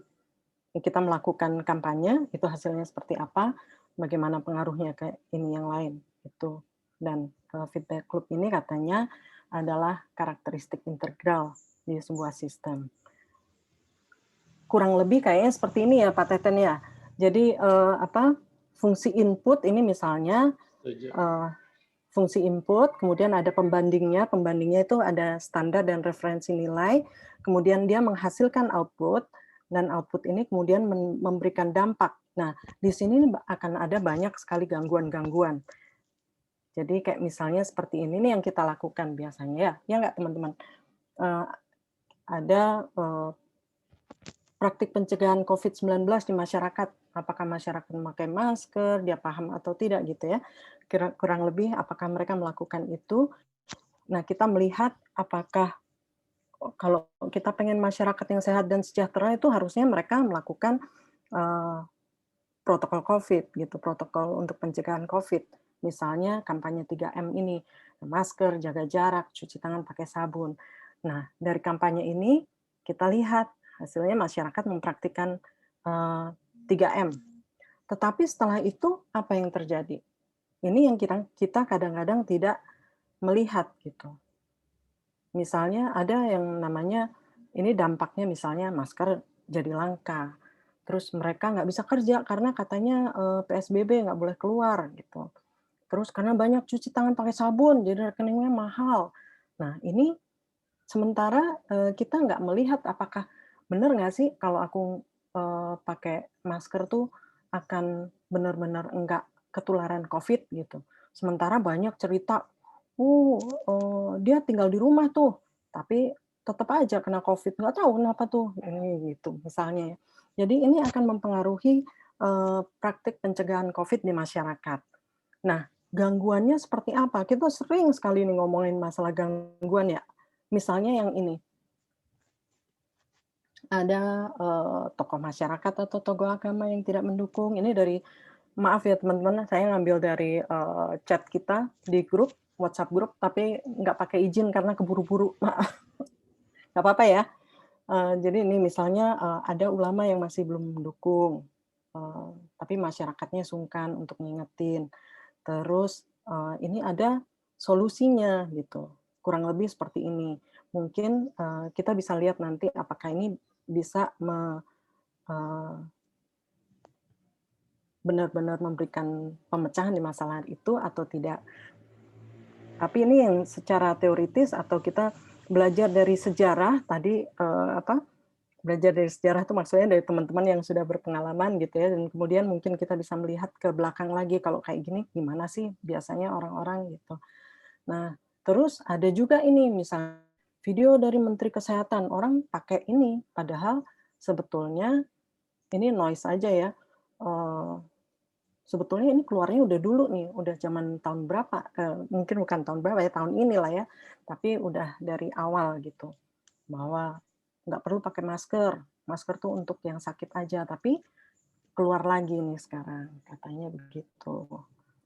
Terus ada juga ini, ada aturan masker SNI bukan SNI, SNI. Pemerintah saat ini telah menetapkan SNI untuk masker kain bla bla bla. Kemudian komentar teman-teman orang-orang, aturan terus, ujung-ujungnya jadi proyek gitu. Ujung-ujungnya harus SNI, kasihan rekan-rekan UMKM gitu. Standar SNI bagus, tapi kenapa nggak dari dulu bla bla bla. Jadi banyak pro dan kontra di sini.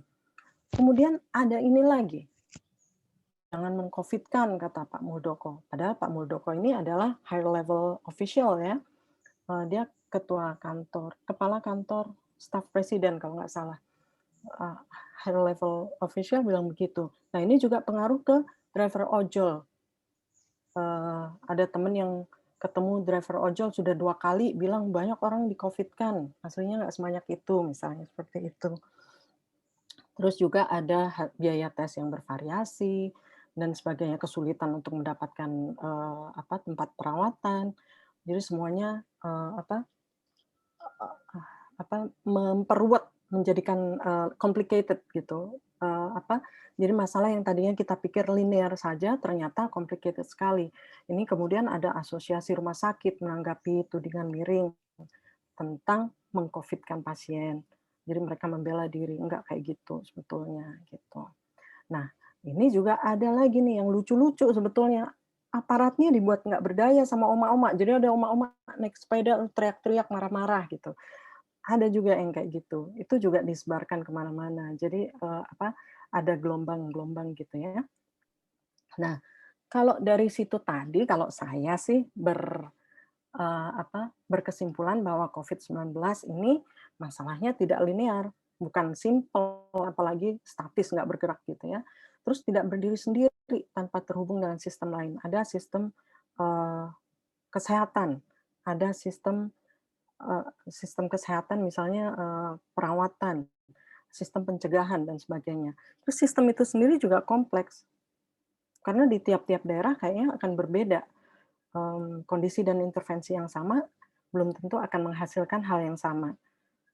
Teman-teman sendiri kayaknya udah membuktikan ya, karena kita berasal dari macam-macam daerah nih. Nah, ini yang saya ingin jelaskan kemudian adalah ternyata ada dwelling loop kayaknya. Misalnya begini, ini ada orang-orang yang awam, uncommitted supporters gitu ya. Jadi mereka merasa ya awam aja, karena awam ya oke lah gitu. Ada rational supporters yang mungkin berpikir lebih rasional, dia tahu bagaimana caranya mencegah COVID itu seperti apa, kemudian keinginannya dia adalah ada common goods, nanti kita bisa jadi masyarakat yang sehat, sejahtera, adil, dan makmur, bebas COVID misalnya. Tetapi ada juga yang degenerate supporters.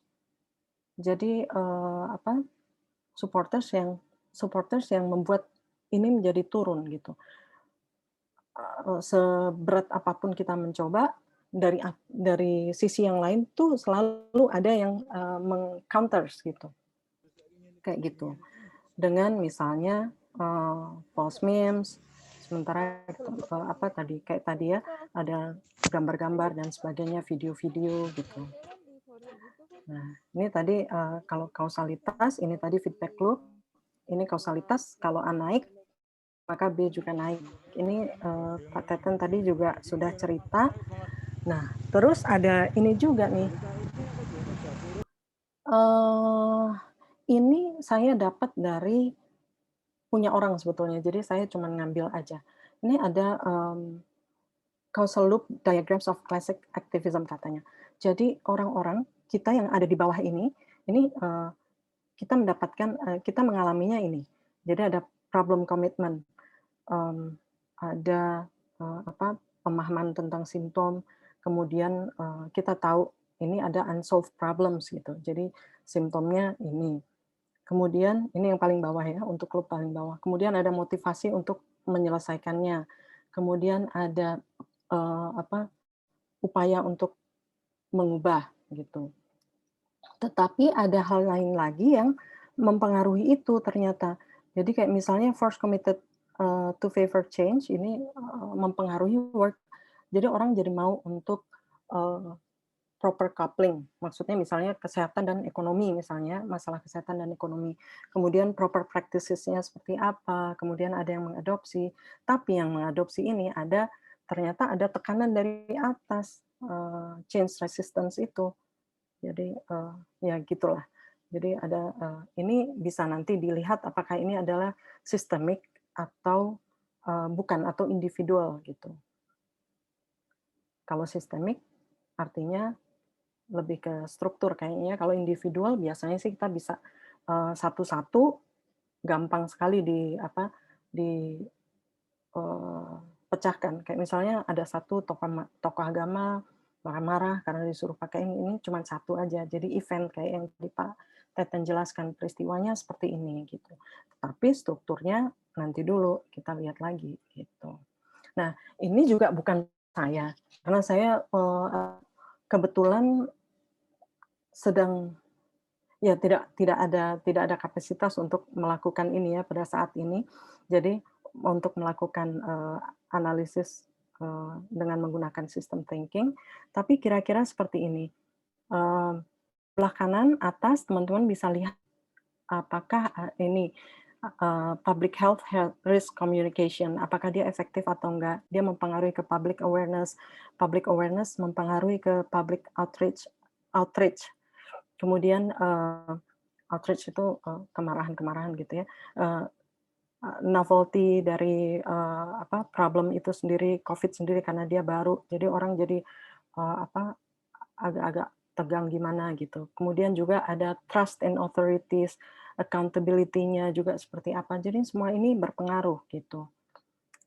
Nah, kalau secara gampangnya, kalau kita sendiri kan biasanya kayak begini, kalau melakukan program ya, kita memilih aksinya seperti apa, kurang lebih, kemudian mungkin tadi ngelihat gap-nya dulu, kemudian merancang sesuatu, kemudian melakukannya, kita tunggu reaksinya, kemudian kita ukur. Jadi seperti apa. Tetapi ini bukan sesuatu yang linear dan hanya satu hal saja yang kita ukur. Ada banyak hal tadi yang sistem tadi itu. Jadi itu juga harus diperhitungkan.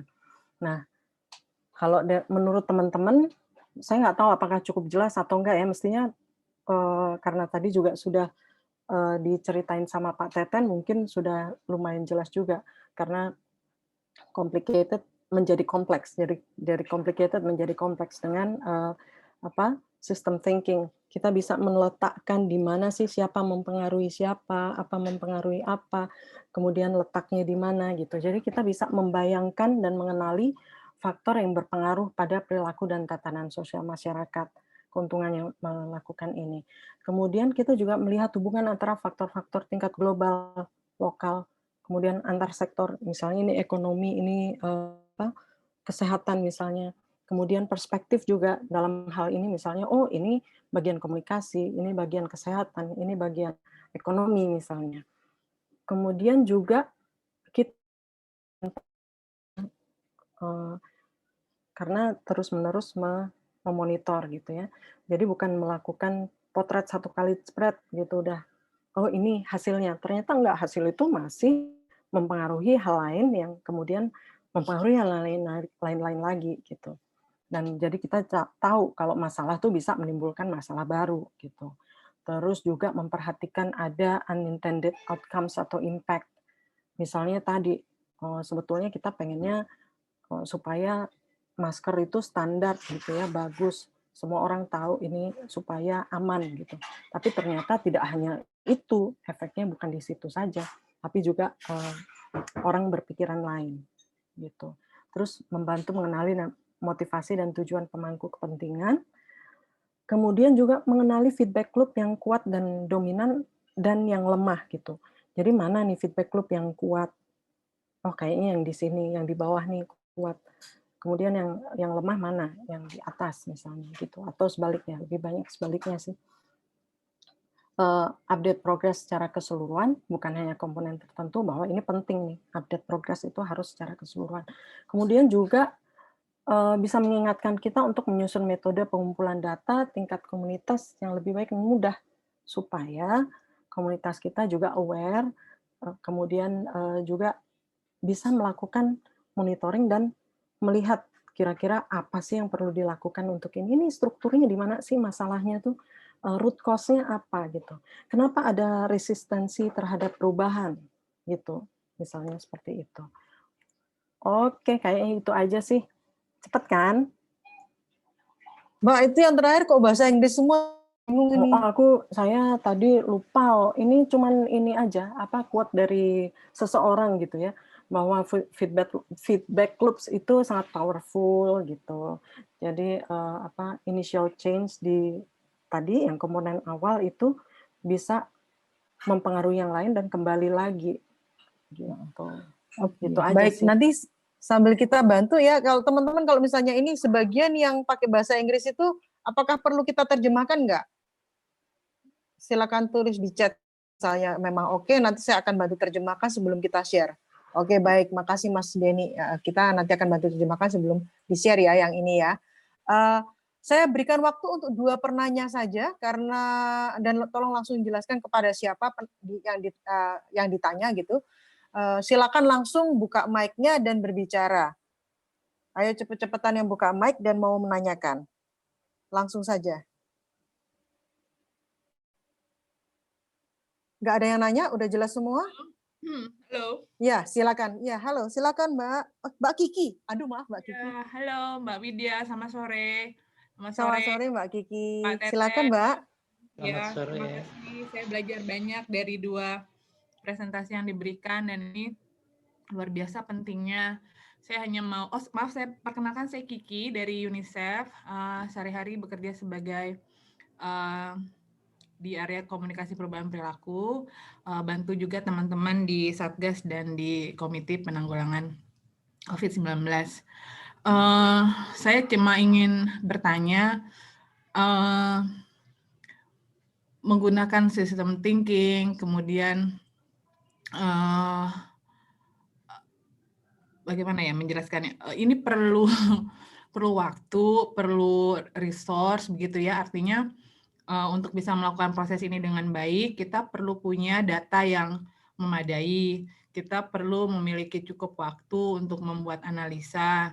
Kemudian kita perlu juga orang yang punya expertise untuk bisa mengolah berbagai macam data atau input yang ada, yang sumbernya tentunya berbeda-beda dengan kualitas yang berbeda-beda pula.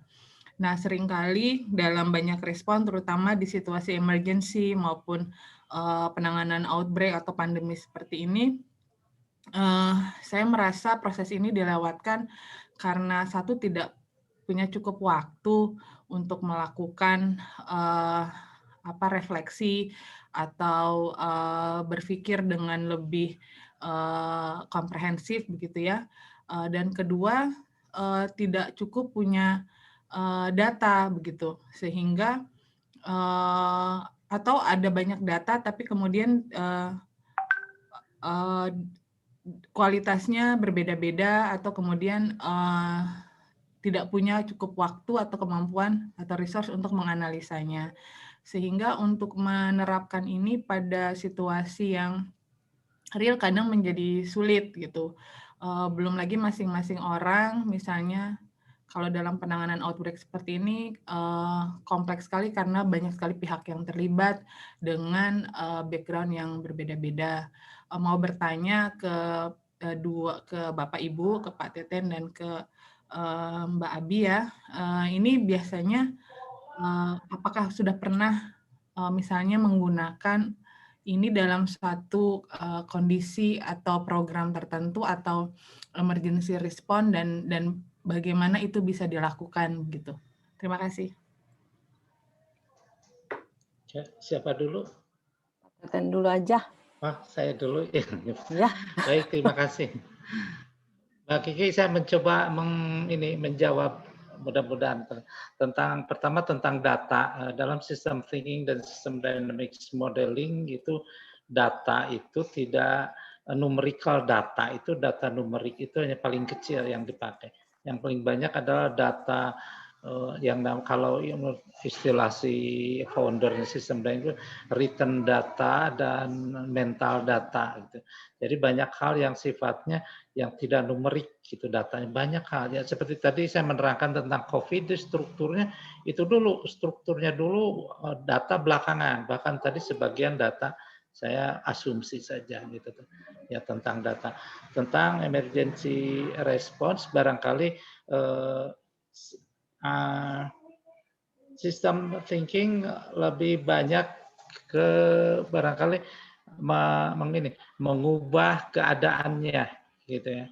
Nah, kalau responsnya biasanya agak perlu panjang sistem thinking itu karena perlu analisis dan lain-lain. Betul seperti kata Mbak Kiki itu. Jadi ada perlu memerlukan waktu gitu ya, memerlukan waktu. Nah, tentang tentang yang mempelajari memang itu perlu dipelajari sih, memang perlu waktu untuk mempelajarinya. Tapi tentang data yang lebih perlu itu adalah data-data yang sifatnya kualitatif dan bukan data numerik. Barangkali itu dulu Mbak Abi dulu. Saya khawatir tidak. Terima kasih sekali Mbak Kiki pertanyaannya. Sebetulnya Mbak Kiki sendiri sudah menjelaskan nih persoalan strukturnya di mana tuh tadi dengan emergency response. Kenapa tidak bisa menggunakan system thinking? Mbak Kiki sudah melakukan itu. Jadi ini masalahnya orang nggak ada waktu, masalahnya ini, masalahnya itu gitu ya. Kurang lebih seperti itu. Mungkin itu sudah merupakan pattern, sudah terlihat kalau tadi Pak Teten menjelaskan itu ya Pak Teten ya, segitiga tadi, piramid tadi itu mungkin sudah bukan event lagi, tapi sudah masuk ke, justru malah sudah masuk ke struktur nih tadi yang Mbak Kiki cerita. Nah, gimana caranya supaya bisa melakukan system thinking di situ, mungkin strukturnya itu yang perlu perlu diaddress dulu ya. Gitu. Jadi kan gimana? Kalau system thinking kan kita belajar historical juga Pak Teten ya. Jadi kalau misalnya kan kita tidak hanya satu kali nih kena banjir gitu. Tadi Pak Teten udah cerita seperti itu. Jadi sebetulnya itu bisa dilakukan senyampang tidak ada bencana misalnya. Jadi bukan dilakukan ketika bencana itu terjadi gitu kali ya. Itu bukan Pak Teten? Iya betul. Jadi saya menambahkan Mbak Abi barangkali emergency response itu ada pada level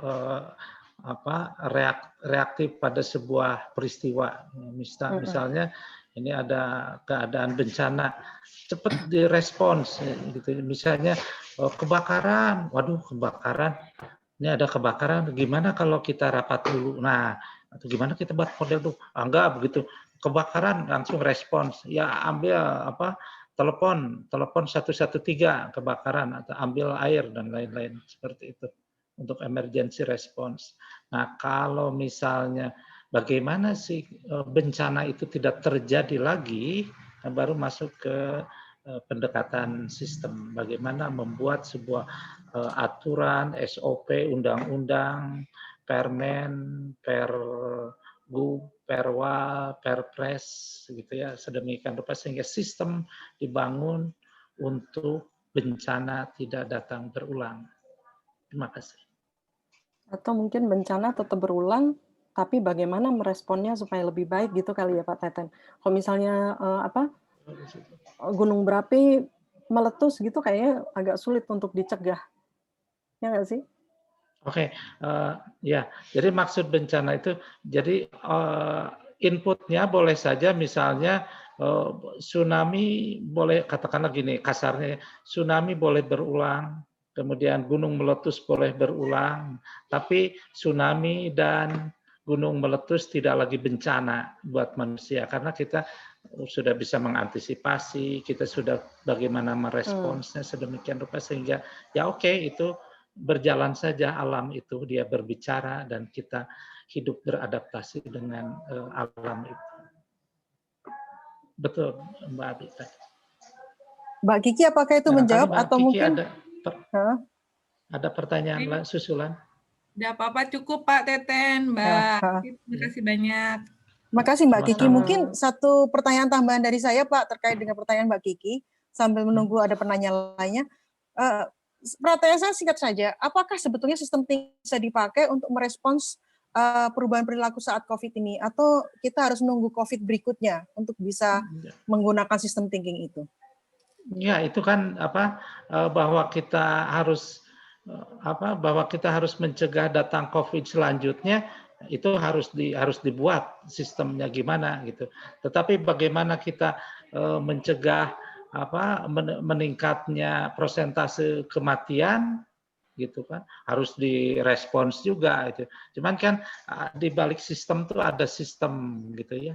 Jadi kita membuat sebuah pendekatan sistem untuk agar COVID selanjutnya tidak berulang pada abad atau dekade berikutnya, itu harus dibuat. Tapi sekarang dan di tempat kita bagaimana si daya kematian COVID dan daya tularnya semakin rendah, itu juga harus diupayakan dengan berpikir sistem. Nah, dua hal pendekatan yang berbeda gitu, Mbak. Dua-duanya itu betul bisa. Terima kasih Pak. Baik, apakah ada satu pertanyaan lagi? Kalau masih ada satu pertanyaan lagi, saya izinkan. Kalau tidak, kita tutup sekian. Boleh saya tanya? Oh, silakan Mbak Retno. Mungkin Mbak Retno perkenalkan diri dulu ya. Iya, saya Retno. Kebetulan saya ikut di berbagai macam organisasi ya. Saya ikut sebagai peneliti junior di Pusat Riset Manajemen Bencana UNER. Saya juga relawan di MTI, Masyarakat Tangguh Indonesia. Nah, yang saya mau tanya, saya kan pernah mempelajari tentang system thinking, system dynamics. Tapi saya mencoba belajar sendiri dan saya mencoba mengaplikasikannya pada satu kegiatan pembangunan masyarakat, penguatan masyarakat terhadap bencana. Maaf bila kata-kata saya agak kacau. Jadi saya mencoba melakukan itu, membuatnya supaya lebih tidak hanya satu linear, tapi lebih secara sistem. Cuman karena saya setelah mendengar penjelasan Pak Teten dan Mbak Abi ini, saya lihat apa yang saya lakukan kemarin itu benar-benar sangat ngaco. Nah, gimana caranya kita bisa yakin sistem yang sudah kita buat ini benar dan jangan terjerumus mengikuti jargon hanya saya merasa saya sudah melakukannya secara sistem thinking, tapi malah karena kita hanya ikut-ikutan belum dengan pemahaman yang baik, akhirnya jadi jadi sesuatu yang malah mengada-ngada. Bagaimana caranya, Pak? Maaf kalau terlalu ini ya. Mbak Abi dulu, saya dulu. Oke deh. Kalau menurut saya Mbak Retno, tapi ini saya juga sedang belajar nih ya. Kalau di system thinking itu kan kita mengenali, kita punya mental model. Terus juga kita harus membuka diri, open bahwa ada orang lain yang punya perspektif yang mungkin berbeda dari kita. Gitu. Jadi kita harus banyak mendengar, kemudian juga tadi melakukan riset-riset kecil gitu ya untuk melihat ini ininya apa nih, dampaknya apa nih ke sini, ini inputnya seperti apa, kemudian keluarnya apa, kayak gitu-gitu. Gitu aja sih kalau menurut saya ya. Tapi yang jelas itu tadi open minded itu kayaknya cukup penting. Jadi semakin banyak kita nanya, semakin banyak kita ngobrol. Mungkin nggak cuma dengan yang levelnya lebih tinggi dari kita, lebih pintar, tapi juga dengan masyarakat di sekitar yang mereka tahu pasti ininya bagaimana keadaan mereka, mungkin itu akan membawa dampak yang bagus juga, membuat kita lebih aware gitu. Oh kayaknya ini masih kurang nih, ini kayaknya masih harus ditambahin ini gitu. Kalau menurut saya gitu, Mbak. Jadi akan selalu berubah dengan informasi baru yang kita dapat, bisa sistem yang kita bangun ini memang organik berubah gitu ya Mbak ya? Begitu. Kalau saya sih begitu. Pak Teten gimana Pak Teten? Oke, ini karena si Mbak Retno itu bicara sistem dynamics, ya. Di sistem dynamics itu ada metode validasi, 12 langkah metode validasi. Barangkali supaya karena mengingat waktu ini, saya menyarankan baca aja di Sterman, misalnya 12 langkah validasi. Sehingga itu bisa membuat kita confident atas model yang kita buat. Gitu. Gitu barangkali kalau saya terangkan 12-nya, ini 1 jam lagi. Oke. Mbak Retno itu sudah, halo Mbak Retno? Mbak? Ya. Oke. Pertanyaan Mbak Retno sudah terjawabkah di situ? Meskipun masih terjawab dengan PR juga ya, karena harus membaca 12 langkah validasi dari Sterman ya. Terima kasih teman-teman. Mohon maaf karena diskusi kita kayaknya harus jadi mengambang dan kayaknya kita masih jadi butuh pengayaan ya. Silakan berikan feedback teman-teman, usulan kita untuk berikutnya mau bagaimana. Kalau memang ada kelas lanjutan, kita harus memohon-mohon nih sama Pak Teten sama Mbak Abi nih, karena jujur aja mereka ini dengan senang hati sukarela untuk membagikan ilmunya seperti ini. Sementara saya tahu di tempat-tempat lain beliau pastinya gitu kan tidak beliau ini adalah semacam imbalannya, sementara dengan kita sangat bermurah hati untuk membagikan ilmu ini. Terima kasih Pak Teten, terima kasih Mbak Abi. Sama-sama. Atas waktunya. Semoga jangan bosen ya kita repotin Pak, Mbak. Untuk minggu depan kita akan melanjutkan tentang sistem thinking ini, tapi ke arah desain. Ini ada Mas Agus yang sudah ada di sesi ini. Sebetulnya Mas Agus itu mencermati, mengamati sesi ini supaya bisa menyampaikan minggu depannya. Mungkin Mas Agus bisa sedikit memperkenalkan diri, Mas. Mas Agus, jangan-jangan Mas Agusnya sudah keluar. Halo Mbak Widya, halo Mas Pak Teten dan Mbak Abi. Aku manggilnya Mbak Abi ya. Iyalah. Iya, setelah kenal Pak Agus. Ya nggak tahu nih, saya ditodong oleh Mbak Widya. Ya mudah-mudahan berkenan. Saya mencoba mengamati dulu. Cuma mungkin dalam konteks saya melakukan program desain atau program evaluation bahkan kadang-kadang. Bagaimana saya punya pertanyaan sih sebenarnya untuk Pak Teten juga sama Mbak Abi. Bagaimana dalam konteks desain dan evaluasi juga. Kadang-kadang saya pernah nyoba gitu menggunakan sistem thinking untuk evaluasi dan juga untuk desain. Tapi mungkin seperti yang tadi Mbak sebelum yang bilang ya, bahwa mungkin saya udah mencoba tapi mungkin juga salah kaprah juga kita menerapkannya. Saya belajar mungkin dari sesi ini dan bisa nambah-nambah lagi dalam kesempatan berikutnya. Oke. Makasih Mas Agus. Ini tadi nggak jadi perkenalan, malah jadi curcol ya Mas Agus ya. Perkenalannya minggu depan aja. Oke, baik. Mas Agus nanti yang akan menjadi salah satu pemateri. Ya, maaf Pak Teten. Saya ingin mengucapkan terima kasih atas kepercayaannya Mbak Widya dan atas perhatiannya juga teman-teman yang hadir. Dan saya mohon maaf atas segala hilaf dan keliru saya dalam semua pembicaraan dari awal sampai akhir. Terima kasih. Pak Teten, kami terima kasih sekali Pak, Bapak bersedia gitu sudah mengisi acara ini, dan mohon maaf kalau ada kesalahan kami dari pihak panitia. Baik teman-teman, untuk berikutnya kita akan bersama dengan Mas Agus nanti di sesi minggu depan, tapi kita juga nanti akan mencoba mencari waktu kalau bisa Pak Teten dan Mbak Abi masih membantu kita gitu ya Pak ya. Mau nggak Pak? Kalau Mbak Abi sih selalu saya paksa sih, agaan Pak begitu, agak semi nodong. Terima kasih untuk perhatiannya semua teman-teman. Nanti semua materi akan kita upload ke link yang sudah saya tuliskan di chat, kolom chat itu di Bitly Forum Kemisan. Silakan di chat di situ. Mungkin yang hari ini akan diupload nanti malam gitu. Saya masih menunggu masukan dari Pak Teten dan dari Mbak Abi. Demikian, terima kasih. Mohon maaf karena tadi waktunya molor, dan terima kasih atas perhatiannya sampai terakhir ini. Terima kasih teman-teman. Ya, sampai ketemu lagi Mas Risang. Mungkin Mas Risang sudah selesai ngurusin anakannya? Saya masih di sini. Silakan Mbak Wi Oke. tutup aja nggak apa-apa. Saya berterima kasih banyak buat Pak Wasisa yang Teten nutup sama dong. Mbak Bi ya.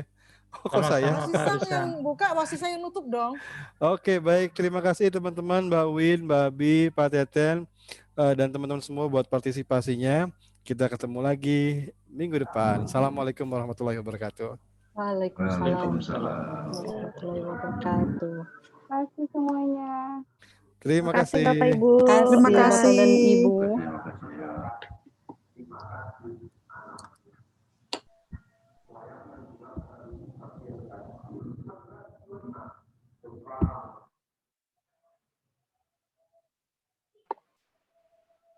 Terima kasih yang sudah mengkoordinasi. Terima kasih Mbak Retno. Terima kasih Mbak Yanti, Mbak Arna. Terima kasih semuanya. Nancy, mau ditutup ruangannya? Ya, Mbak. Oke, saya tutup ya. Nancy, tolong save chat dong. Oh iya, udah Ah. otomatis sama chatnya kalau direkam. Oke, sip. Thank you ya. Oke, yuk.